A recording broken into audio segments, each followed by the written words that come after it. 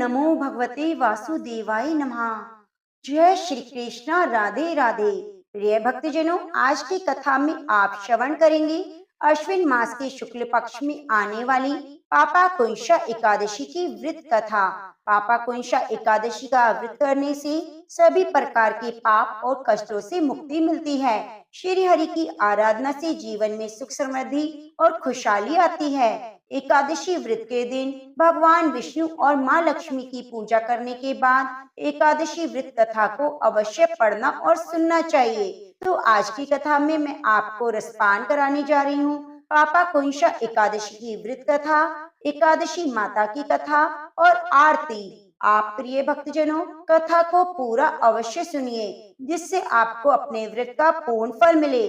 और कथा सुनते हुए वीडियो को लाइक करके कमेंट बॉक्स में जय श्री हरि विष्णु जरूर जरूर लिखिए। ओम नमो भगवते वासुदेवाय नमः। भक्त लाखाजी जाति के गौड़ ब्राह्मण थे।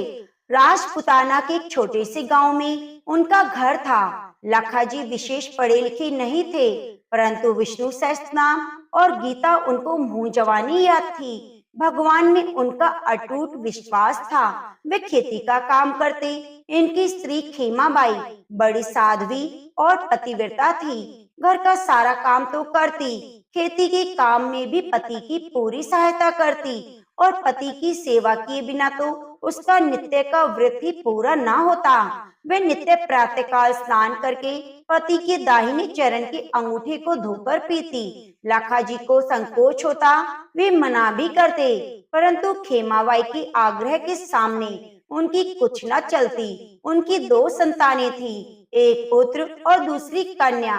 पुत्र का नाम देवा और कन्या का नाम गंगाबाई। पुत्र के विवाह की तो जल्दी ना थी, परंतु धर्म भीरु ब्राह्मण को कन्या के विवाह की बड़ी चिंता थी। चेष्टा करते करते समीप के एक गांव में योग्य वर मिल गया। वर के पिता संतोषी ब्राह्मण थे।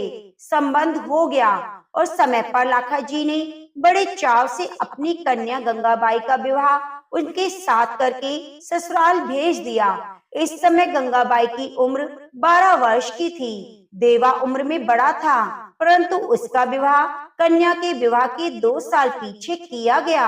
बहू घर में आई। बहू का नाम था लक्ष्मी। वे स्वभाव में साक्षात लक्ष्मी थी। इस प्रकार लाखाजी सब तरह से सुखी थे। लाखाजी का नियम था रोज सवेरे गीता जी का एक पूरा पाठ करना। रात को सोने से पहले विष्णु सहस्त्र नाम के 50 पाठ कर लेना। उनके मुख से पाठ होता रहता और हाथों से काम। यह नियम जब वे 10 वर्ष के थे तभी पिता ने दिलाया था, जो जीवन भर अखंड रूप से चला।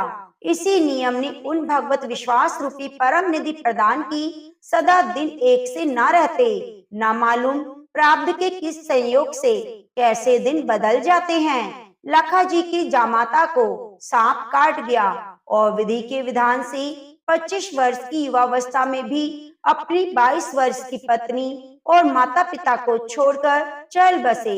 जब लाखाजी को यह समाचार मिला तो उन्होंने बड़े धीरज के साथ अपनी स्त्री खेमाबाई, पुत्र और पुत्र वधू को अपने पास बुलाकर कहा, देखो, संसार की दृष्टि से हम लोगों के लिए यह बड़े दुख की बात है। दुख इस बात का इतना नहीं है कि जमाई मर गए। जीवन मरण सब प्रारब्धहीन है, इन्हें कोई नहीं टाल सकता। दुख तो इस बात का है कि गंगाबाई का जीवन दुख रूप हो गया। यदि हम लोग अपने व्यवहार बर्ताव से गंगाबाई का दुख मिटा सके तो हमारा सारा दुख दूर हो जाए। उसके दुख दूर करने का उपाय यह है कि हम उसको यहाँ ले आएं।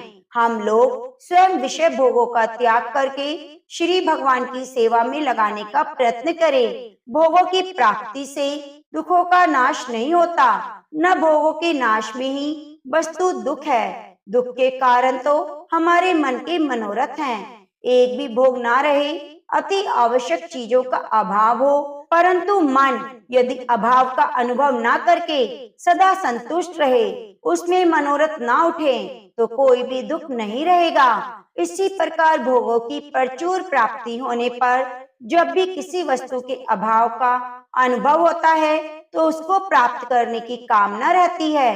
तब तक दुख नहीं मिट सकते। यदि हम लोग चेष्टा करके गंगाबाई के मन में उसके पति के अभाव को भुला दें और उसकी सदा भगवान रूपी परम पति भगवान के चरणों में आसक्ति उत्पन्न कर दे, तो वह सुखी हो सकती है। यद्यपि इसके सारे संबंध इस शरीर को लेकर ही हैं, तथापि जब तक संबंध है तब तक हम लोगों को परस्पर ऐसा वर्ताव करना चाहिए जिससे हमारे मन भोगों से हटकर भगवान में लगे और हमें परम कल्याण रूप श्री भगवान की प्राप्ति हो।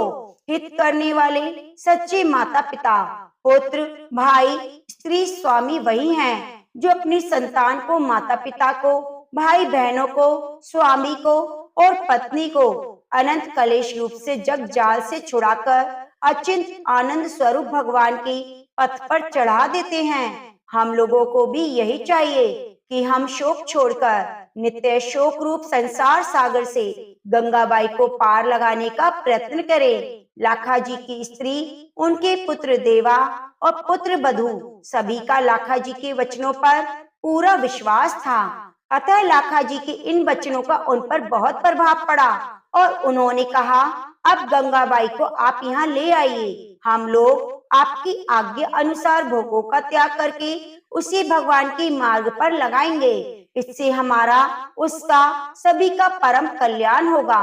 लाखा जी समधी के घर गए। वहाँ दृश्य देखकर चकित रह गए। उन्होंने देखा गंगाबाई अपने सास ससुर को संसार की क्षण भंगुरता और मिथ्या संबंध का रहस्य समझाकर उन्हें सांत्वना दे रही है और वे उसकी बातें मानकर रोना छोड़कर भगवान के नाम का कीर्तन कर रहे हैं। अपनी पुत्री की यह स्थिति देखकर लाखा जी को दुख में सुख हो गया।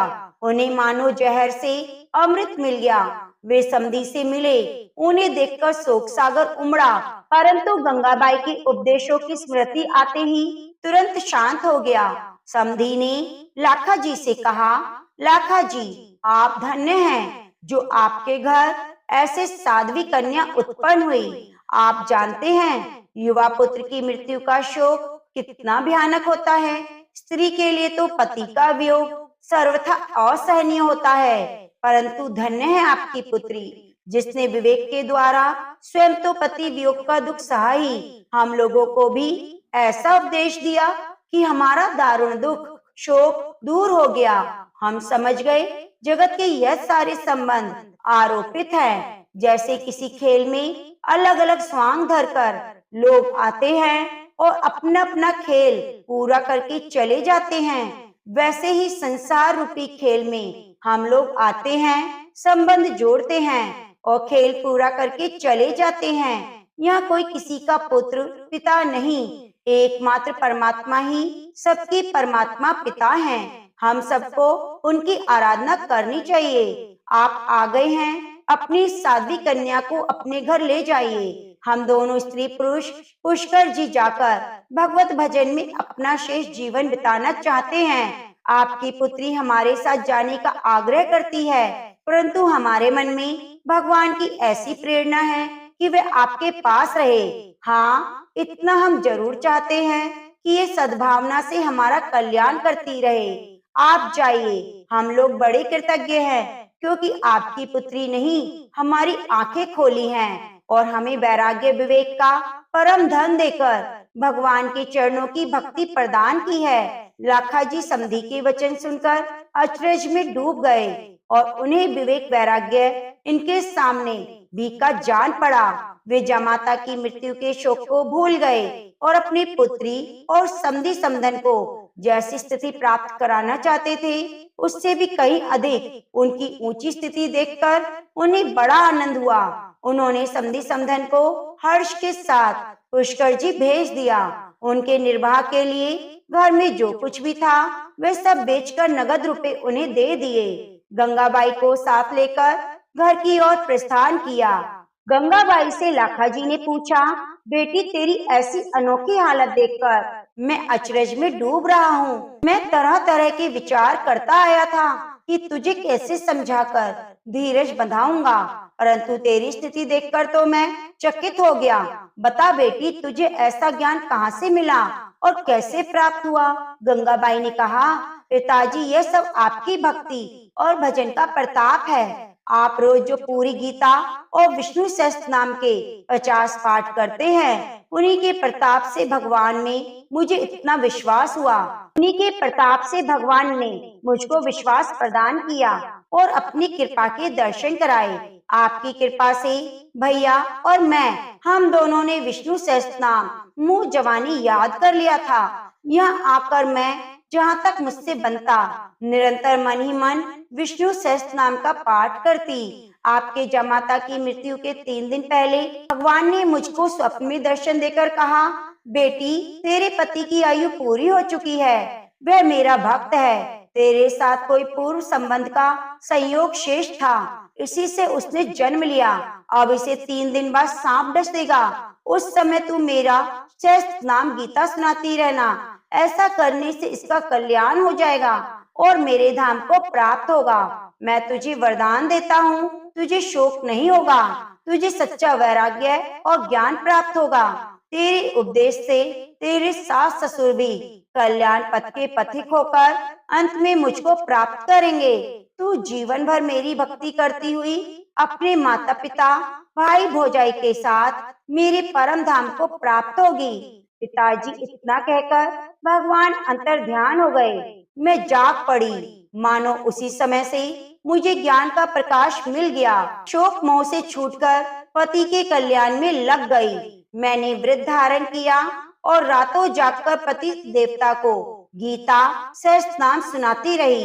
तीसरे दिन पतिदेव स्नान करके तुलसी जी को जल दे रहे थे। मैं उनके पास खड़ी रही, सहस्त्र नाम का पाठ करती रही। वे भी भगवान का नाम लेते रहे। इसी समय अचानक एक काल सर्प ने उनके पैर को डस लिया और देखते ही देखते ब्रह्मांड फटकर उनके प्राण पखेरु उड़ गए। 3 श्वास में मैंने सुना, उनके मुख से नारायण नाम निकला और कान में विष्णु सहस्त्र नाम के नामों का प्रवेश किया। उनकी आंखें खुल गई। मैंने देखा श्री भगवान चतुर्भुज रूप उनकी आंखों के सामने विराजित हैं। इतने में ही जोर की ध्वनि हुई, उनका कपाल फट गया। पिताजी, पति देव की मृत्यु ने मेरे मन में भगवत विश्वास का समुद्र लहरा दिया। अब मैं उसी में डूब रही हूँ। आप मेरी सहायता कीजिए, जिससे मैं सदा इसी में डूबी रहूं। आप लोग मेरा साथ तो देंगे। लाखा जी पुण्य की गंगा में पुण्य पूर्ण वाणी सुनकर गदगद हो गए। उनकी आंखों से आनंद के आंसू बह चले। पिता पुत्री घर आए। माता और भाई भौजाई से मिलकर गंगाबाई ने उन्हें शांता प्रदान की। लाखा जी और खेमाबाई तो उसे दिन से विरक्त होकर समस्त दिन भगवान का भजन करने लगे। घर की सारी संभाल गंगाबाई करने लगी। भाई भौजाई प्रत्येक काम उसकी आज्ञा लेकर करते। वे घर की मालकिन बन गई और भाई भौजाई को परामर्श में राह दिखाकर विघ्नों से बचाकर ले जाने वाली चतुर प्रदर्शिका बन गई। देवाजी और भाभी लक्ष्मी दोनों गंगाबाई की अनुसार माता पिता की सेवा करते हुए गंगाबाई की सेवा करते। सब समय भगवान का स्मरण करते हुए भगवत सेवा के भाव से ही घर का सारा काम करते। उन्होंने भोगों को त्याग दिया और पूर्ण रूप से सादा सीधा नियम पूर्ण जीवन बिताने लगे। उनका घर संतों का पावन आश्रम बन गया। देवी संपदा के गुण सब में स्वाभाविक सिद्ध हो जाते हैं। घर में दोनों समय भगवान बाल कृष्ण की पूजा होती और उन्हें भोग लगाकर सब लोग प्रसाद पाते। इस प्रकार जीवन पवित्र हो गया। लगभग 25 वर्ष बाद लाखा जी और खेमाबाई ने एक ही दिन श्री भगवान का नाम जपते हुए भगवान की मूर्ति के सामने शरीर त्याग दिया। देवाजी ने उनका शास्त्रोक्त रीति से अंत्येष्टि संस्कार और श्राद्ध किया। पुत्र पुत्र वधू और कन्या ने उनके लिए 3000 विष्णु सहस्त्र नाम के पाठ किए। माता पिता की मृत्यु के बाद बहन भाई भौजाई तीनों भगवान के भजन में लगे। भाई भौजाई के विशेष अनुरोध करने पर एक दिन गंगाबाई ने भगवान से प्रकट होकर दर्शन देने की प्रार्थना की। भगवान ने प्रार्थना सुनी और प्रत्यक्ष प्रकट होकर तीनों भक्तों को अपने दिव्य रूप के दर्शन कराए।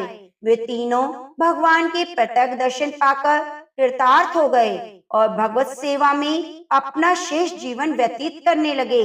अंत में भगवान के परम धाम को चले गए। तो प्रेम से बोलिए, लक्ष्मी नारायण भगवान की जय हो, राधा कृष्ण भगवान की जय हो। ओम नमः शिवाय। धर्मराज युधिष्ठिर कहने लगे, हे भगवान, अश्विन शुक्ल एकादशी का क्या नाम है? अब आप कृपा करके इसकी विधि और फल कहिए। भगवान श्री कृष्ण कहने लगे, हे युधिष्ठिर, पापों का नाश करने वाली इस एकादशी का नाम पापाकुंशा एकादशी है। हे राजन, इस दिन मनुष्य को विधि पूर्वक भगवान पद्मनाभ की पूजा करनी चाहिए। ये एकादशी मनुष्य को मनवांछित फल देकर स्वर्ग को प्राप्त कराने वाली है। मनुष्य को बहुत दिनों तक कठोर तपस्या से जो फल मिलता है, वह फल भगवान गरुड़ध्वज को नमस्कार करने से प्राप्त हो जाता है। जो मनुष्य अज्ञानवश अनेक पाप करते हैं परंतु हरि को नमस्कार करते हैं, वे नरक में नहीं जाते। विष्णु के नाम के कीर्तन मात्र से संसार के सभी तीर्थों के पुण्यों का फल मिल जाता है। जो मनुष्य धनुषधारी भगवान विष्णु की शरण में जाते हैं, उन्हें कभी भी यम यातना भोगनी नहीं पड़ती।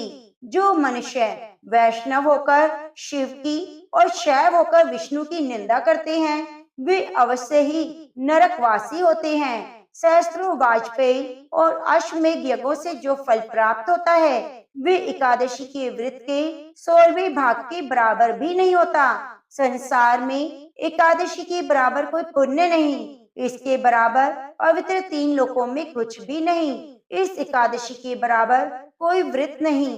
जब तक मनुष्य पद्मनाभ की एकादशी का व्रत नहीं करते, तब तक उनकी देह में पाप वास करते हैं। हे राजन, यह एकादशी स्वर्ग, मोक्ष, आरोग्यता, सुंदर स्त्री, आन और धन देने वाली है। एकादशी के व्रत के बराबर गंगा, गया, काशी, कुरुक्षेत्र और पुष्कर भी पुण्यवान नहीं। हरिवासर तथा एकादशी का व्रत करने और जागरण करने से सहसी मनुष्य विष्णु पद को प्राप्त होता है। हे युधिष्ठिर, इस व्रत के करने वाले 10 पीढ़ी मातृपक्ष, 10 पीढ़ी पितृपक्ष, 10 पीढ़ी स्त्री पक्ष, 10 पीढ़ी मित्र पक्ष का उद्धार कर देते हैं। वे दिव्य देह धारण कर चतुर्भुज रूप हो, पीताम्बर पहने और हाथ में माला लेकर गरुड़ पर चढ़कर विष्णु लोक को जाते हैं। हे नरोत्तम, बाल्यावस्था, युवावस्था और वृद्धावस्था में इस व्रत को करने से पापी मनुष्य की दुर्गति को प्राप्त न होकर सद्गति को प्राप्त होता है। अश्विन मास के शुक्ल पक्ष की इस पापाकुंशा एकादशी का व्रत जो मनुष्य करते हैं, वे अंत समय में हरि लोक को प्राप्त होते हैं तथा समस्त पापों से मुक्त हो जाते हैं। सोना, तेल, भूमि, गो, अन्न, जल, छत्री और जूती दान करने से मनुष्य यमराज को नहीं देखता। जो मनुष्य किसी प्रकार के पुण्य कर्म किए बिना जीवन के दिन व्यतीत करता है, वे लोहार की भाटी की तरह सांस लेता हुआ निर्जीव के समान ही है। निर्धन मनुष्य को भी अपनी शक्ति के अनुसार दान करना चाहिए तथा धन वालों को सरोवर, बाग, मकान आदि बनवाकर दान करना चाहिए। ऐसे मनुष्यों को यम का द्वार नहीं देखना पड़ता और संसार में दीर्घ आयु होकर कुलीन और रोग रहित रहते हैं। भगवान श्री कृष्ण ने कहा, हे राजन, जो आपने मुझसे पूछा वह मैंने आपको बतलाया। अब आप क्या सुनना चाहते हैं? तो युधिष्ठिर बोलते हैं, हे प्रभु, मुझे आप इसकी कथा को सुनाइए। किसने इस व्रत को सबसे पहले किया? भगवान श्री कृष्ण कहते हैं, प्राचीन समय में विंध्य पर्वत पर क्रोधन नामक एक बहेलिया रहता था। वह बड़ा क्रूर था। उसका सारा जीवन हिंसा, लूटपाट, मद्यपान और गलत संगति पाप कर्मों में बीता। जब उसका अंतिम समय आया, तब यमराज के दूत बहेलिये को लेने आए और यमदूत ने बहेलिये से कहा, कल तुम्हारे जीवन का अंतिम दिन है, हम तुम्हें कल लेने आएंगे। यह बात सुनकर बहेलिया बहुत भयभीत हो गया। महर्षि अंगिरा के आश्रम में पहुंचा और महर्षि अंगिरा के चरणों में गिरकर प्रार्थना करने लगा, हे ऋषिवर, मैंने जीवन भर पाप कर्म किए हैं। कृपया मुझे कोई ऐसा उपाय बताएं जिससे मेरे सारे पाप मिट जाएं और मोक्ष की प्राप्ति हो जाए। उसके निवेदन पर महर्षि अंगिरा ने उसे अश्विन मास के शुक्ल पक्ष की पापा कुंशा एकादशी का व्रत करने को कहा। महर्षि अंगिरा के कहे अनुसार उस बहेलिये ने यह व्रत किया और किए गए सारे पापों से छुटकारा पा लिया। इस व्रत के पूजन से भगवान की कृपा से वे विष्णु लोक को गया। जब यमराज के दूतों ने यह चमत्कार देखा तो बहेलिये को बिना लिए ही यमलोक वापिस चले गए। भगवान कहने लगे, हे युधिष्ठिर, सतयुग में मूर नामक एक दैत्य उत्पन्न हुआ। वे बड़ा बलवान भयानक था। उस प्रचंड दैत्य ने इंद्र, आदित्य, वसु, वासु, अग्नि आदि सभी देवताओं को पराजित करके भगा दिया। तब इंद्र सहित सभी देवताओं ने भयभीत होकर भगवान शिव से सारा वृतांत कहा और बोले, हे कैलाशपति, मूर दैत्य से भयभीत होकर सब देवता मृत्यु लोक में फिर रहे हैं। तब भगवान शिव ने कहा, हे देवताओं, तीनों लोकों के स्वामी, भक्तों के दुखों का नाश करने वाले भगवान विष्णु की शरण में जाओ, वे ही तुम्हारे सभी दुखों को दूर करेंगे। शिव जी के ऐसे वचन सुनकर सभी देवता क्षीर सागर में पहुँचे। वह भगवान को शयन करते देखकर हाथ जोड़कर उनकी स्तुति करने लगे। हे देवताओं द्वारा स्तुति करने योग्य प्रभु, आपको बारंबार नमस्कार है। देवताओं की रक्षा करने वाले मधुसूदन, आपको नमस्कार है। आप हमारी रक्षा करें। दैत्यों से भयभीत होकर हम सब आपकी शरण में आए हैं। आप इस संसार के कर्ता, माता पिता, उत्पत्ति और पालन करता, संहार करने वाले हैं, सबको शांति प्रदान करने वाले हैं। आकाश और पाताल भी आप ही हैं। सबके पितामह ब्रह्मा, सूर्य, चंद्र, अग्नि, सामग्री, होम, आहुति, मंत्र, तंत्र, जाप, यजमान, यज्ञ, कर्म कर्ता, भोक्ता भी आप हैं। आप सर्वव्यापक हैं। आपके सिवा तीनों लोकों में चर और अचर कुछ नहीं। हे भगवान, दैत्यों ने हमको जीतकर स्वर्ग से भ्रष्ट कर दिया है और हम सब देवता इधर उधर भागे भागे फिर रहे हैं। आप उन दैत्यों से हमारी रक्षा करें। इंद्र के ऐसे वचन सुनकर भगवान विष्णु कहने लगे, हे इंद्र, ऐसे मायावी दैत्य कौन है जिसने सब देवताओं को जीत लिया है? उसका नाम क्या है? उसमें कितना बल है? किसके आश्रय में है? उसका स्थान क्या है? वह सब मुझसे कहो। भगवान के ऐसे वचन सुनकर इंद्र बोले, भगवान, प्राचीन समय में एक नाड़ीजंग नामक राक्षस था। उसके महापराक्रमी और लोक विख्यात मूर नामक एक पुत्र हुआ। उसकी चंद्रावती नाम की नगरी है। उसी ने देवताओं को स्वर्ग से निकालकर वहाँ अपना अधिकार जमा लिया है। उसने इंद्र, अग्नि, वरुण, यम, वायु, ईश, चंद्रमा, नेतृत्व आदि सबके स्थान पर अधिकार कर लिया है। सूर्य बनकर स्वयं ही प्रकाश करता है, स्वयं ही मेघ बन बैठा है, सबसे अजय है। हे असुर निकंदन, उस दुष्ट को मारकर देवताओं को अजय बनाइए। यह वचन सुनकर भगवान ने कहा, हे देवताओं, मैं शीघ्र ही संहार करूंगा। तुम चंद्रावती नगरी जाओ। इस प्रकार कहकर भगवान सहित सभी देवताओं ने चंद्रावती नगरी की ओर प्रस्थान किया। उस समय दैत्य मूर सेना सहित युद्ध भूमि में गरज रहा था। उसकी भयानक गर्जना सुनकर सभी देवता भय के मारे चारों दिशाओं में भागने लगे। जब स्वयं भगवान रणभूमि में आए तो दैत्य उन पर अस्त्र शस्त्र आयुध लेकर दौड़े। भगवान ने उन्हें सर्प के समान अपने बाणों से बींध डाला। बहुत से दैत्य मारे गए, केवल मूर बचा रहा। वह अविचल भाव से भगवान के साथ युद्ध करता रहा। भगवान जो भी तीक्ष्ण बाण चलाते वह उसके लिए पुष्प सिद्ध होता। उसका शरीर छिन्न भिन्न हो गया, किंतु वह लगातार युद्ध करता रहा। दोनों के बीच मल युद्ध हुआ। 10,000 वर्ष तक उनका युद्ध चलता रहा, किंतु मूर नहीं हारा। थककर भगवान बद्रिकाश्रम चले गए। वह हेमवती नामक सुंदर गुफा थी, उसमें विश्राम करने लगे। भगवान ने अंदर प्रवेश किया। यह गुफा 12 योजन लंबी थी। उसका एक ही द्वार था। भगवान विष्णु वहाँ योग निद्रा की गोद में सो गए। मूर भी पीछे पीछे आ गया। भगवान को सोया देखकर मारने को उद्यत हुआ। तभी भगवान के शरीर से उज्जवल कांतिमय रूप वाली देवी प्रकट हुई। देवी ने राक्षस मूर को ललकारा। युद्ध किया और तत्काल मौत के घाट उतार दिया।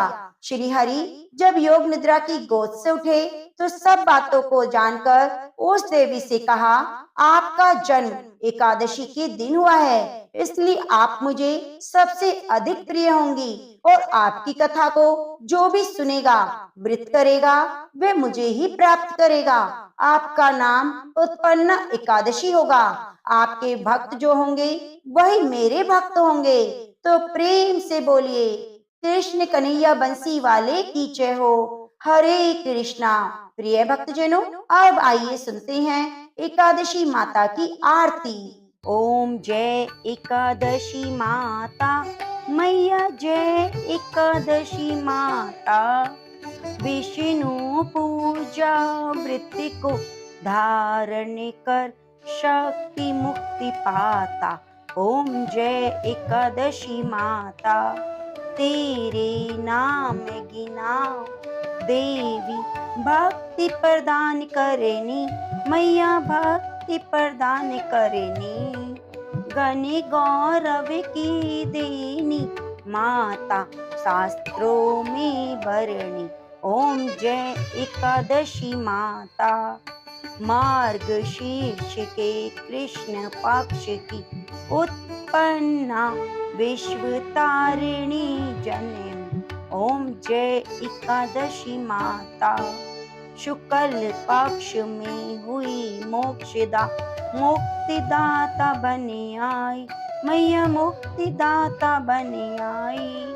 पोष के कृष्ण पक्ष की सफला नामक है, शुक्ल पक्ष में होए पुत्रदा, आनंद अधिक रहे। ओम जय एकादशी माता।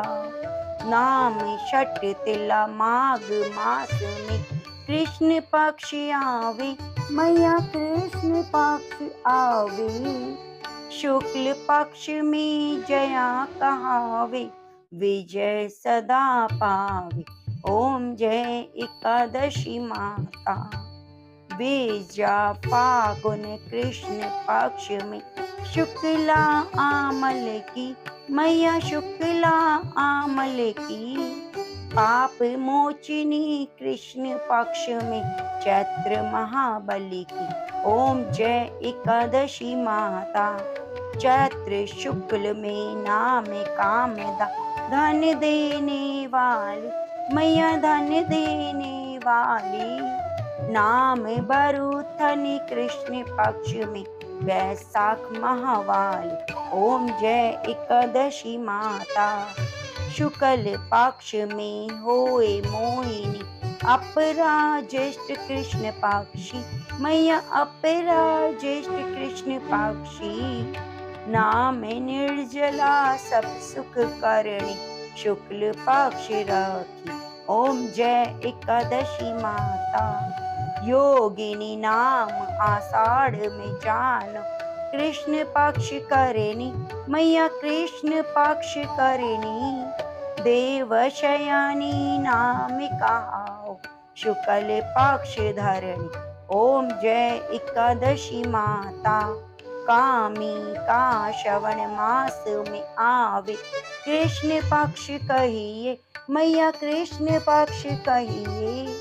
श्रावण शुक्ला होए पवित्र, आनंद से रहिए।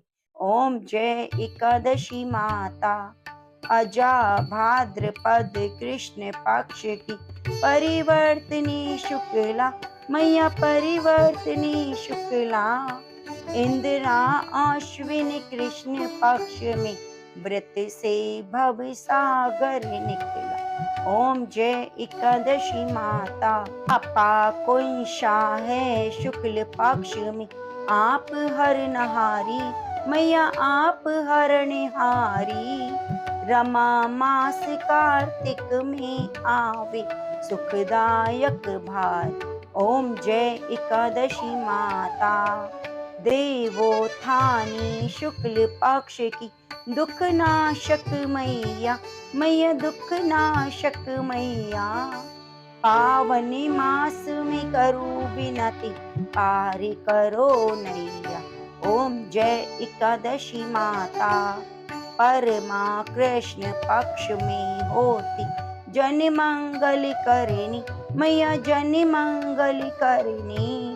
शुक्ल मास में होए पद्मिनी, दुख दारिद्र्य हरिणी। ओम जय एकादशी माता, जो कोई आरती तेरी प्रेम भक्ति से गावे, जन गुरुदिता स्वर्ग का वासा निश्चय फल पावे। ओम जय एकादशी माता, ओम जय एकादशी।